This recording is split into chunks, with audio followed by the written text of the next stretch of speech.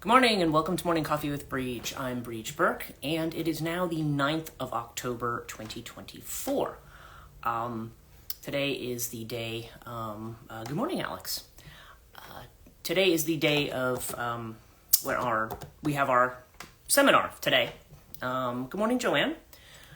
For the Institute for the Study of Feminine Myth, we are going to have our seminar on Baba Yaga today. So those of you who are enrolled, and actually both people on here are enrolled, we will actually have that discussion tonight. And good morning, or good afternoon, Sam. And just wanted to mention that if you are in the ISFM student group, you should have gotten an email that's going to link you to what we're doing in the next class. I mean, the link that we're using for the class is the same one as last week, because basically I set up a 2-week Zoom link. So the one that you used for the last class is the same, but I did repost it. I reposted it to the student pages, so you'd have to sign in on the ISFM website and then go to the ISFM student group. And on the group page, there is, I gave some notes about what Joanna roughly wants to talk about, and then also and also just relinking to the class, just so people have it. And I think I did send it an email to everybody again too, just to be sure. I didn't want to put it in anybody in a space. Is it a Cattonia email for me? It will be in a Cattonia email, yes. But also because you're on the Wix site and you're added to the group, you should have gotten a notification saying there's a posting in the Wix group. So, perfect. Got the email and seen the post. Great. Okay. Yeah. I just figure too much information is better than not enough. So, so apologies for duplication, as we always to say, duplication and cross posting. In those days of when I used to belong to forums and so forth. But, ooh, wow, there's purple clouds out there right now. It's really pretty. Anyway. So that will be tonight. And, okay, then I got it. Do I look up Wix? Well, you go to the instituteforfemininemyth.org website, and then where the login is, you actually log in. You should have a login and password. If you don't, you don't have to register in there. You should have gotten a link actually to create a password for the site, which I think you did. I thought I saw that you would join the site, because if you did, then whatever username and password, you would just click in the right corner there. There's like a little place, like there's a little lock where you can click and you can sign in, and then you're actually able to see all your student groups and everything. But that's in the Institute for Study of Feminine Myth site. If you had another login for Wix, which I don't know if you originally did, because most of the time we do our, although I don't know, you have registered for things on Transition Life Coaching, so you probably do have a login and password. You can try that one, certainly, because I know it worked for Alex. So, and good morning, Pat. So, yeah, so definitely, if you have questions afterwards, Joanne, you have a hard time, just message me afterwards, and we'll figure it out. But, yeah, so it's a very pretty morning here. Like I said, it's got like these purple clouds. It was very cloudy when I woke up this morning, and then I was like, ooh, everything just kind of mostly dissipated, so it's kind of nice. Today is somewhat of an interesting day.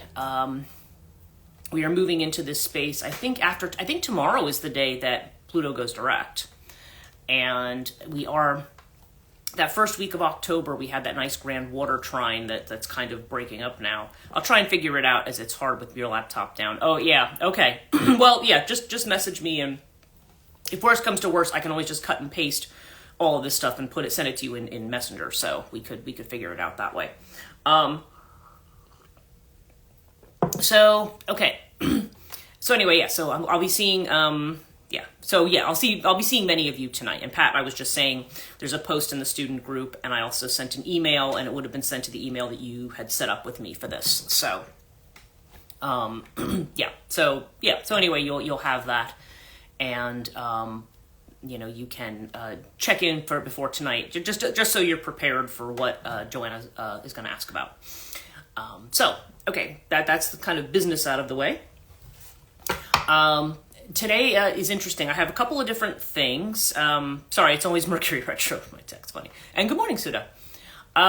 Good. So I think the normal. Well, the regular group is here. I do know we occasionally bring in other people as well, which is also fun. Which is also totally fine. But okay. So the things I wanted to talk about today is. Okay, so first I'll have our ghost story, and I've decided to revert to a real life one. Again, that way it's just shorter, and it's not me trying to paraphrase something and then misremembering a code. Wait, did this happen first? And then I'm also going to talk about, the topic today is not one I really expected to cover, but I had, again, this is a very active month in terms of connection to Azrael. I haven't posted another formal channeling. Some of the channelings have been more private channelings. And I do have another one, but I don't know. I have a feeling there's going to be another new one, public one, coming up soon. And I'll see what he has to say in that one. And I probably feel like at some point, in my infinite spare time, I may actually try to put a page together of all of the things that he has said, kind of like on the Transition Life Coaching website under the Archangel Azrael page. I kind of want to put a page of Azrael's messages, to me at least. So people can kind of see them put together in one place, so it's a little less confusing trying to pick them out. And when I talk about his messages, I'm thinking more about the messages that are more global in their inflection. But I had an interesting, he mentioned an interesting thing last night. Now, we remember back in August, we went through the whole thing with Metatron and the Demiurge and all that stuff that he had talked about. So we're not going to re-talk about any of that. I remember space-time. I regret taking it for granted now. Oh, okay. Well, yeah, like I said, we'll see. I'm going to, I need to put some things together there. But in any case, anyway, I'm just trying to think about how I'm doing this morning. Let me get to my ghost story first, and then I'll tell you what Azrael said to me. And then I think, we might also do some readings. I do have this, and I do have the astrology cards today. So we might do a little bit extra in the realm of reading just around the subject that's come up, just to see what comes up for us as a group. And, so our ghost story. Let's get back and let's do that first, because we're already, like I said, we're already at the 9th of October. Like we're almost a third of the way through the month, which is just weird to me. But okay, so this ghost story takes place in Stockton, an area called Raven Rock. Anybody who's familiar with New Jersey, which I imagine a lot of you aren't, but New Jersey is kind of, we talk about North Jersey and South Jersey, and then there's kind of a Central Jersey, which some people argue don't exist. People like Jon Stewart argue that it does exist. He says, yes, it does. I'm from there. So, so North Jersey tends to be, it used to be separated by area code. It used to be, back when I was a kid, there was the 201 area code in the north and the 609 area code in the south. And then sometime in the late 80s into the 90s, 908 kind of made its way into that middle section, which is Monmouth, Middlesex, Somerset, county, and even Hunterdon County, where I live. But South Hunterdon is in 609. And if you're from New Jersey, we're like, yeah, people from 609 are a little different. And they probably say the same thing about people from North Jersey. But they're almost like two different cultures. And so when I lived for a while in the 609 area code, and that was when I was still married. And there's a place, if you drive out to the river towns, I had all three different points of my life. Yeah, Jersey's actually a big state. It looks very, very tiny on the map, and maybe it's not as big as, certainly not as big as, California or Texas, but yeah, there's quite a bit to it. The armpit of Newark, working for British Air. Oh God, yeah. The city is Philadelphia in South Jersey. Yes, right, well, exactly. Yeah, and a lot of us live, halfway between Philly and New York, so it's kind of like, which way are you going with that? But we're not talking about Newark, we're not talking about areas like that. We're talking about South Hunterdon, and most people associate that area with Lambertville, with New Hope, which is actually in Pennsylvania, but a lot of people go to visit New Hope. It's a very artsy town. This is just north of Lambertville. If people are aware of the river towns, I do all of my work in Milford. Okay, Milford's another river town. It's along the Delaware River, and then below Milford is Frenchtown. And then you usually go along Route 29, which is Frenchtown Trenton Road. And it does eventually get to Trenton, which I don't advise anybody go there unless you're going to one of the areas around it, like Ewing or one of the really nice towns around there. Okay, So 29 takes you down, and this is a place along Route 29. It's basically along where a lot of people do the boat launches and stuff. It's across from there's a camping site called Bull Island, and there's a pedestrian bridge that takes you right into Pennsylvania. And I used to live directly across the street from there on a road called Quarry Road. And so this was kind of on the side of a mountain, and Raven Rock is interesting because it actually does have this kind of wicked kind of rock formation that you see along the road. There are houses actually built along the front of it. Almost rented one, but the problem was it was like all electric heat. You had to pay for your own water. It was outrageous. And this was one of those absentee, like, New York City penthouse lawyers. And so when I went in the place, I was like, oh my God, I dig the energy here, but we really just couldn't afford it. So, the rent was affordable, but everything else that went with it was not. And so I was just like, okay, never mind. So, but we did actually end up renting somewhat down the street. It was a house where there was basically 2 apartments, and there were side-by-side apartments. They were not one on top of the other.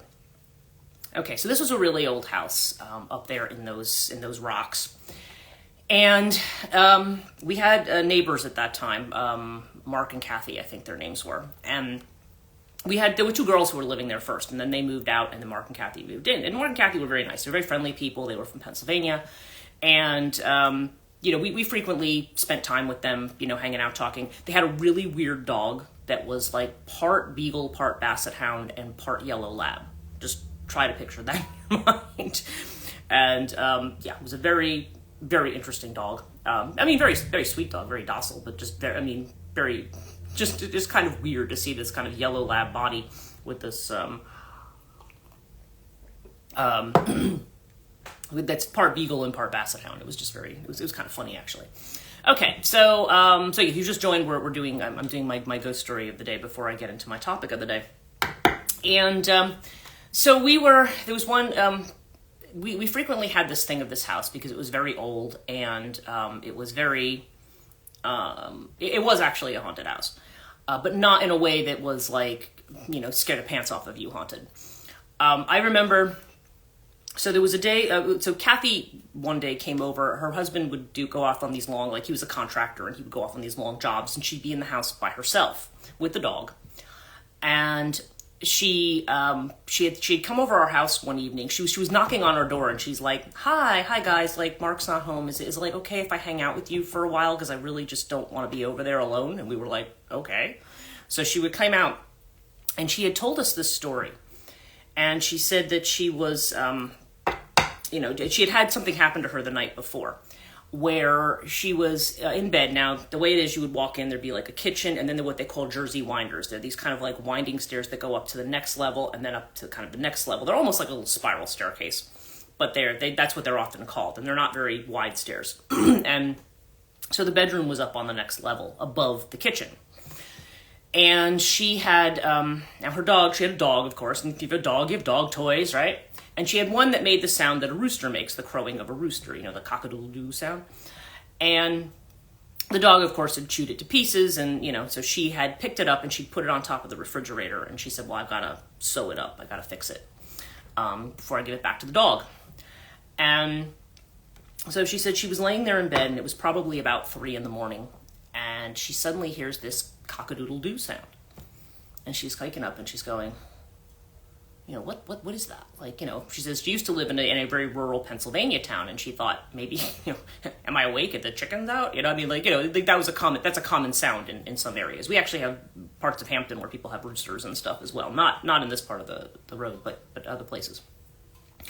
So first she's thinking that, and then she's thinking, why would I be hearing that? Like that, I'm not in, wherever it was she was from PA. She's like, I'm not there. And then she's like, oh, I know what it is. It's that stupid dog toy of Hobart's, And then she went, well, wait a minute. That dog toy is on top of the refrigerator. It's not on the ground. And she thought, I'm imagining things. I'm going to go back to sleep. Then she hears it again. And then she's like, now she sits upright. She's like, and the dog's on the bed with her, by the way. She's like, all right, this just isn't funny. So she gets up out of the bed and she takes the dog with her, and the 2 of them are, winding their way down the stairs. And as they get to the bottom of the stairs, the dog freezes and starts growling. And she's like, oh crap, somebody's broken into the house or something, you know. She flips the light on, and nobody's there. And this really just freaked her the heck out. Now, as far as I can tell, the dog toy was still on top of the fridge. Okay? Wasn't like it fell on the ground or anything like that. But that was what was making the noise. And it wasn't one of those things, like, you know how it is if you have any of those kind of toys for a pet. It's not like there's some kind of, it's like there's almost like a little button you have to press. It's not like there's a machinery there. One of my daughter's pack used to do that at night. It would randomly sing. Her Dora the Explorer would sing randomly. Yeah, well, this is different because this wasn't one of those things where, I mean, yes, I have heard about creepy things like that happening, like the doll that suddenly that talks, that suddenly starts talking and there's no batteries in it and things like that. Like, yeah, you hear about things like that. But this was a little different. The idea that this was not a toy that would have had like a battery in it or something like that. And I know it's, yeah, I mean, and dolls are creepy enough as they are. Like in the middle of the night, just to hear a random toy or a random, there's just something about that's just extraordinarily unsettling. Especially since dolls are often regarded as potentially as vessels for spirits or vessels for souls, right? Yeah, that's very scary. So, so in any case, okay, so on our side of the house, I remember there was one night that my husband and I were in bed and we were sleeping, and then all of a sudden we just hear these loud footsteps on the stairs. I mean, loud. And when I say loud, I mean it's like somebody wearing like Doc Martens, like walking up the stairs, like really loud, like boom, boom, boom, boom. And Mike was like, holy shit. He's like, somebody's broken into the house. And he goes and he grabs like something, I forget, he grabbed some object. And now mind you, we had 3 cats at the time. And all 3 of them were just sitting in the adjacent room. They were not, so this is not a cat. And as I had said to somebody, I said, not unless the cat like was wearing like, you know, combat boots. Like this was not the sound of a cat walking up the stairs. But they were all sitting in the next room, kind of looking out in the hallway. And he went out and he flipped the light on, and once again, nobody's there. All right, and he's like, and so he went downstairs. He looked all the way around, and he's like, there has to be somebody in this house. And I just turned around and I said, you know, it's just the ghost. Will you just go back to sleep? You know, there's not anybody in the house. Just go. It's just a ghost. So, it's sleep and snort, Ernie. You literally had to hide it. Oh, that's funny. Yeah, it's so in any case, that was our experiences in that house. And I remember Mark and Kathy had brought a friend of theirs over. It was a guy who he was actually very, very psychic. And he had, like I said, he hadn't been to the house before. I don't know if they had told him anything, but he came over and they visited our side of the house as well. And he walked around and he said, "Oh," he's like, "you know, you've got a child in here." He's like, he's like, "There's a child ghost." He says, "I think he likes to play with things and he likes to make mischief." So his impression was that this was the ghost of a young child, maybe somebody who was like 6 or 7 years old. Now the backstory, we don't know. We weren't able to research any backstory on the place. Yeah, I know, no, right? It was, yeah, but that's supposedly what it was. This was like a mischievous child that was running around and moving between the 2 sides of the house. And like I said, this is a section, these are all houses that are probably from the colonial era. It's cute, but sad. Yeah, it is sad. But you know, there's a lot of child ghosts out there, and you know, between, children that die very young from disease or something like that, which is kind of more the impression that I had. It was more like maybe a child who had gotten sick and died young.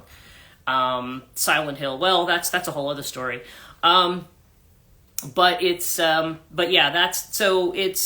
anyway, that was our ghost story. That was our experience down there, on Raven Rock. And I often feel that places like that, where you have these, because there's a quarry nearby where you have this, and there was a lot of limestone and stuff in that area. So I feel like that can amplify situations or create electric, I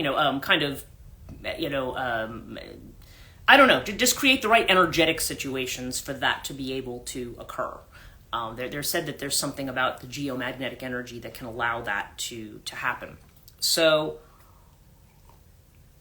yeah, so interesting story. So that's my ghost story of the day. Creepy, yeah. The limestone connection's interesting, yeah. Spooky. Water dies too. Oh, only you would live in a place called Raven Rock. Oregon Farms. Yeah, it's funny. I love the name of the town. Of course, we weren't even able to put that on our mailings. We had to put Stockton, because we were the Stockton post office. I'm like, it's Raven Rock. And I mean, how many people lived in Hunterdon? They're like, where is that? I'm like, there's a sign. There's a sign on Route 29 for you are entering Raven Rock. It actually says that. And I can't see the bottom of Joanne's message there. It's kind of low. I don't know if I can push it up. Nope. Like some reason your message is just out of view, and I don't know why, Joanne. So anyway, let me move on to my topic for today. So my topic for today, okay. I've been working on stories again and so forth, because this is how I work through things. This is my method. And I was up late last night working on a story. For some reason, weirdly, Joanne, it's like you have... I think those are actually supposed to be little crows, or little black hearts. That's what they are. Okay, it's just the black color didn't, like, against my purple sweater, did not show up quite right on the screen. So, there we go. I see it. Okay. So what happened, so I started waking up, and and a story came into my mind that, and mind you, this is not something I was writing into this story that I was writing, but the old story of Sodom and Gomorrah, okay? Now, Sodom and Gomorrah we have a certain association with that. When you think of the word Sodom and the word sodomy or sodomite, there's a certain there's a certain inflection that goes along with it. Now, I don't know. I mean, I don't know that everybody knows the biblical story of that. And I haven't read the biblical story in a long time. I'd have to reread it. And I actually probably will after last night's kind of communication. But the story is about, basically, there's a man called Lot and his wife, and they live in this town. I'm trying to remember if he lives in Sodom or Gomorrah. I want to say it's, because they were kind of a twin pair of towns that the Lord said he was going to destroy because of their wickedness, right? But a group of, like, mysterious strangers come to his house at night. And these mysterious strangers, you are led to believe, are angelic beings, okay, that have been sent as messengers, as intermediaries, right? So these intermediaries come, and apparently the townspeople see these mysterious people come to his house. And they start banging on the doors saying that they want to have their way with these strangers. Yes, it's been a long time, yes, but yeah, it's one that we all kind of heard or maybe even like read at some point. Like I said, I went to Catholic school, and I'm sure that that was part of what we read. And so of course these people who want to have their way with the strangers. Well, what ends up happening is Sodom and Gomorrah basically is just set on fire. Like the whole place, it is burning, and the people in it burn. And Lot and his wife get away, and their children, they get away. But they are told, as the city is burning, they are not to look back. So as they're running away, Lot's wife decides to turn around and look back, and she turns into a pillar of salt. Okay. So that's the basic story. I know there's probably more details about it. Angelic visits in the Bible are quite interesting in how they appear. But okay, the way that story is usually taken by people is that they assume, they say that these are men coming to try to have sex with other men, therefore this is sort of a, the wickedness is somehow like homosexuality or something like that. That's the way that this is, or sex that is not the usual route, shall we say, for man and woman sex. And so that is where the idea of sodomy comes from. So here's the thing. It's what Azrael said to me last night. He said, Sodom and Gomorrah has nothing to do with homosexuality. It says nothing to do with homosexuality. The problem is not that, that this type of sex might have been implied or being engaged in or whatever. He said that's not the point of that story. The point of that story is that you have, let's go back to your favorite Sam. Let's go back to Lilith for a moment. If we think about the story of Lilith and how there's the argument between her and Adam. And the thing is, Lilith says, why should you be on top of me? Because we are both made from the same earth. And you notice Eve is made from the rib of Adam, so she's not, she actually comes out of him. But Lilith and Adam are actually equal in terms of where they come from. And why should I be subject to you, right? So, why should you be subject? And the thing is, that's just the idea. It's the idea of male sexuality as a tool of subjection, as a tool of submission. That's more what it has to do with. And we know what forced submission, we know what the term is for forced submission, regardless of who it is, right? Whether it's male, female, whatever. If you force somebody into a position like that, that's just not acceptable in any milieu, right? So that's really what the issue is. The issue is, he says, the issue of Sodom and Gomorrah is that taking of that masculine power and using it to abuse things, using it to abuse. It can be used abusively in terms of the fruits of the earth, in terms of what is gained, in terms of how it treats the feminine. Now, I'm not saying that the angels are feminine, because the angels here are portrayed as they're implied that they're masculine, right? But the wickedness here has more to do with the way in which this power is being misused. And he said, and as a result of that misuse of power, it all gets burned down. And that as it is burned down, domination, yes, that's domination and submission, but I don't necessarily mean it entirely like in, like a kinky kind of a way. I think of it more in the sense that, well, if you just think about the whole idea that women are supposed to be submissive to their husbands, the idea is that the male power, by virtue of the male organ, that somehow the male is dominant, that the male has the right to take what he wants in the way that he wants. Okay? That's the problem of Sodom and Gomorrah. Yes, like a power trip. And that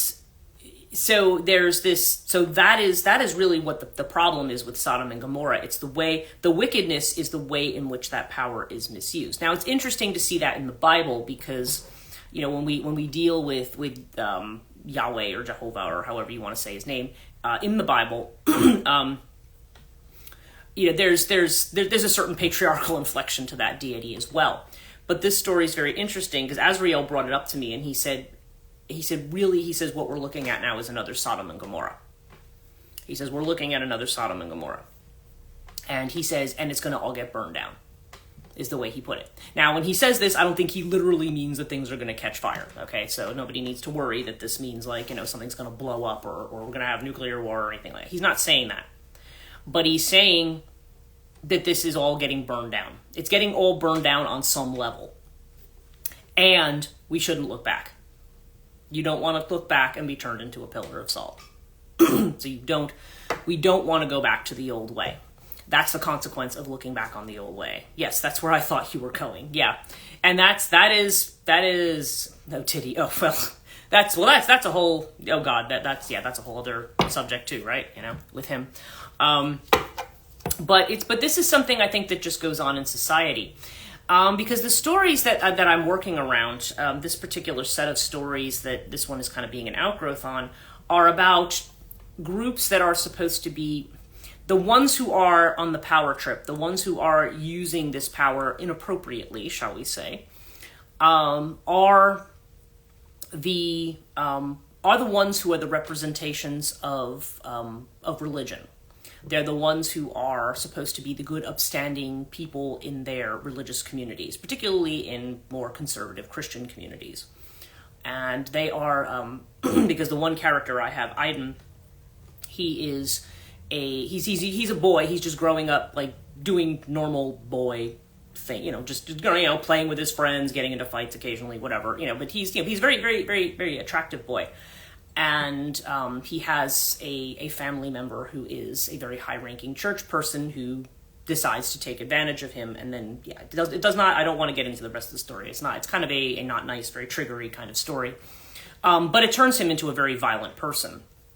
And, of course, he's always portrayed as this monster, but it's like, well, he becomes a monster because there's that abuse of power. We've talked about that with regard to the feminine too. When I talked about sovereignty and the fact that when you take a woman's sovereignty away, that's when she turns into the monster, because that's not the way to use power. That's a misuse of power. And when there's a misuse of power, I mean, it doesn't lead anywhere good. It burns it all down.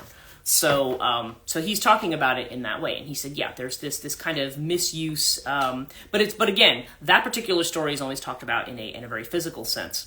I remember reading Proust's, it's translated, what is it, à la recherche du temps perdu, which is usually translated either as remembrance of things past or in search of lost time, is the way that's often translated. It's 8 volumes.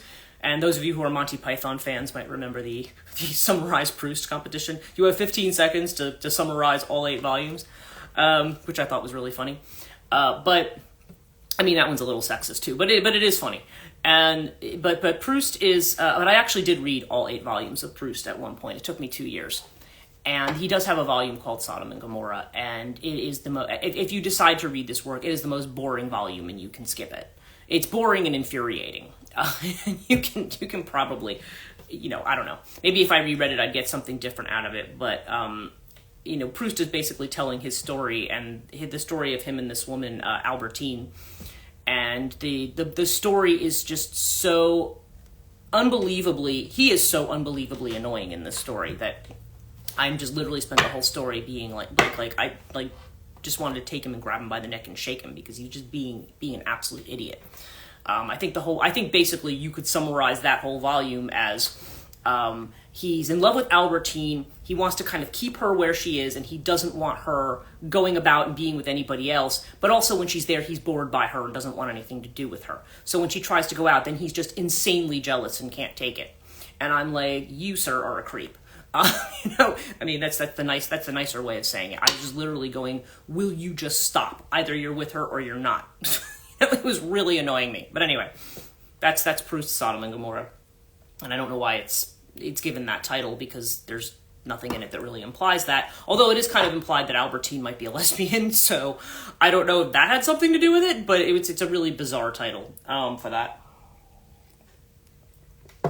So anyway, but that is not the sense of Sodom and Gomorrah that we're talking about here. We're not necessarily talking about it in a sexual sense. We're talking about it in the way that potency and that power is used to dominate inappropriately and abusively. And so I thought that was interesting that came into my head this morning. And I said to him, is this something you want me to say? He said, yeah, I want you to say it. I was like, okay, so I'm saying it. So we'll see what that is. Let's get into our reading. It's a good segue into our reading to see what this could mean. But it's just the idea, because I have been seeing a whole lot of things about fury and fire and burning it down in the other messages that I've gotten. But again, I don't get the impression that this means things are going to literally be set on fire. Like, I don't think this is like, that I don't think that's the meaning of it. I mean, there's something else figuratively that, or maybe in some literal sense that's not, doesn't have to do with material stuff, it being set on fire. Yeah, so I don't know. I suppose at least the big message there is, yeah, it's all being set on fire, so don't look back at it. That seems to be the idea. Let's see what our reading says today. Yeah, okay. Yeah, we're starting with the Seven of Cups. This is they're calling this the card of projection. Okay, and we talked a lot about projections. And it's the way in which people project their own stuff into the world. So if you're going to talk about this in terms of power dynamics, a lot of times what we project onto other people, we either we either idealize people with our projections, or our insecurities get projected onto people. Where we see aspects of ourselves that either we're uncomfortable with or aspects that might be idealized. Okay, so projection, again, kind of what I was talking about yesterday about kind of owning where we are. Okay, projection's about, and that doesn't mean that we have to get angry and be ashamed of ourselves. We just have to recognize that when we look at other people and see things, sometimes that's just a way of us to be able to see certain things that need to be worked on in ourselves. It doesn't mean necessarily either that, like, if that person's literally doing something very, very bad, that means you too are doing something very, very bad. I think a lot of people look at projection that way. They think it's like, oh, well, you're saying it's really me doing it and not them. And I don't think that's not how projection works. But there's a quality you see in the person that irritates you because it's something that might have to be confronted in your own shadow space. And again, not necessarily that it's something you express, but sometimes it's something that comes out in other ways, in ways that we do not look at it, we don't necessarily expect. Now, the inner feeling, what's going on? Yeah, we're back to transformation again, right? We have this, there is a transformation going on. When I did a reading on it earlier, Pluto was kind of the central what we're not seeing card of the reading. So yeah, it's that kind of transformation, like a plutonic transformation. And the external feeling of which we are aware, yeah, the Ten of Pentacles, okay? In a way, that's almost like it's almost like the end of this Pluto and Capricorn energy is being described in this way. And this is about moving into a space that is more about community and not so much about just the individual. And the problem is, I think, when we talk about community, there's kind of two ways that people end up looking at it.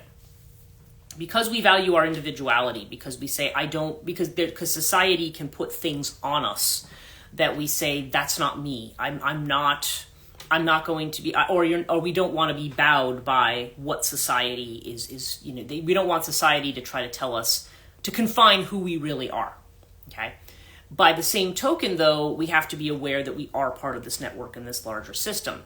People who are very, very overly focused on individualism in the sense of, I need to compete with everybody to get what's mine, and to, in the way that we want to maybe, it becomes a game for people where they want to just hoard as much as they can and take as much from the system for themselves. If the game ends up being played that way, then you have this, then we are forgetting about the larger system. This is a lot of what's going on right now. Like when we think about wealth, there's 1% of people who have 99% of the wealth, right? There's this idea that's not community focused.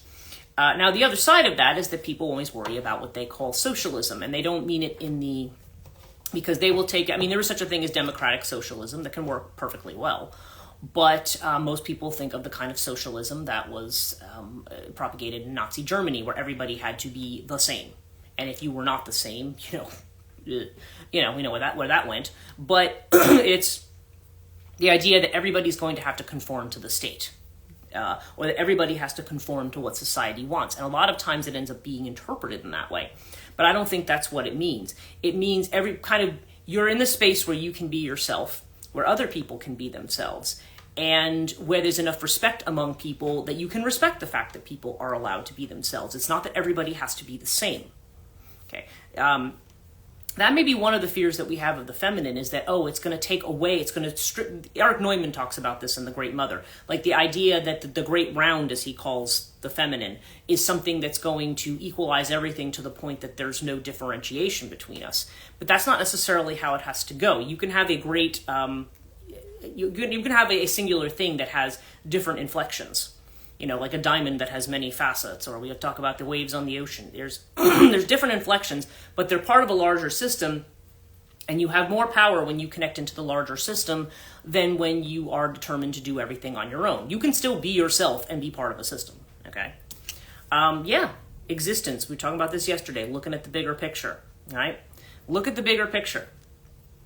This is what we're kind of being called upon to do, because what we're doing is we've got this split that's going on. We're split between the head and the heart. And that's what I think he's talking about. Don't look back at that. Don't get yourself stuck. When we talk about a pillar of salt, you could also think about somebody who almost like turns to stone. There was a TV show that I really like called Children of the Stones, and I think I've mentioned this before because it's set in Avebury, which is my favorite place in England. But Children of the Stones, kind of spoiler, one of the things that happens is that when there's a whole science fiction-y backstory to this one, but when people when basically everything blows up in this town, the people who turn around and look back at it end up turning into the stones that you see in the circle. Okay, that they become stone. Okay, so it's that kind of idea. That the stones are people. They're the people who looked back and now they've become stuck. And in fact, in the story, the sent to town is like stuck in a time loop. So it's an actually interesting kind of a metaphor here. But it's the idea of, we're stuck. We're stuck between the head and the heart. We need to make that leap into this new space, but we're very tempted to look back. And this is saying, no, don't look back. Look at the bigger picture. look at the bigger picture, because this is a time of transformation. This is a time when we are moving into a new space, and kind of like in a pioneering way, you know, we need to go and build something in that new space, not continually go back to what was there before.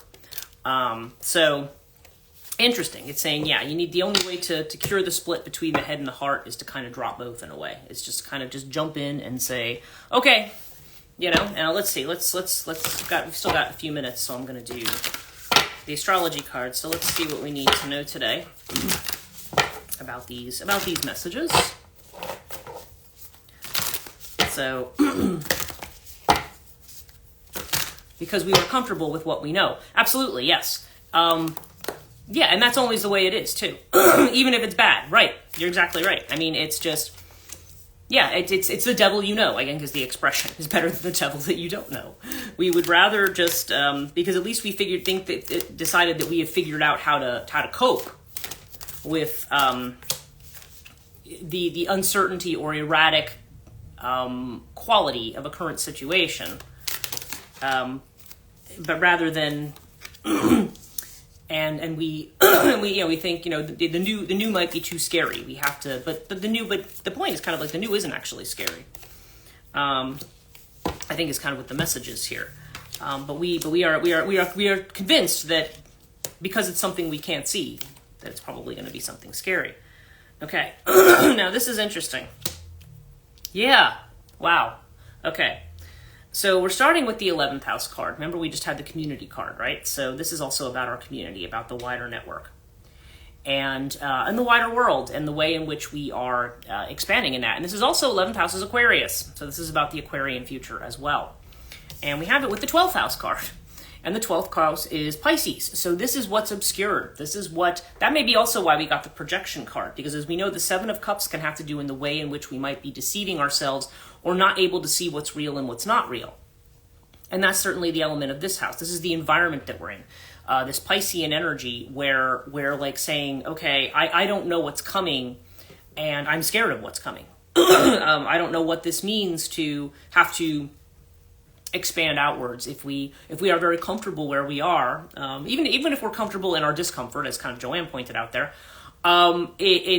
we still it's still somehow better to us than facing an unknown. Okay, now here's what we're not seeing. This is interesting. Here's what we're not seeing: Jupiter return. Okay, benefits. There's a bright new world ahead. We're not seeing that yet, though. Many of us are not. We're still, because we're still in this very tense in between period. Remember, October is like the month of transformation. You know, things are very tense right now. And so, what is it telling us? The Grand Cross. Which, by the way, there is a Grand Cross coming up later this month. Again, it's the provoker. This is what provokes us to change. What's uncomfortable is provoking us to move into that new space. Setting it on fire is prompting us to run away, and it's saying, "Don't look back." Don't look back and get stuck there, okay? Now, our outcome cards are interesting because the first one is void of course, okay? Now, void of course often means nothing is going to come of a situation, but what I'm kind of getting from that is, yeah, the doom and gloom that we're anticipating, nothing will come of that situation, because the other card that fell out with it was the Sun, okay? So the Sun is about...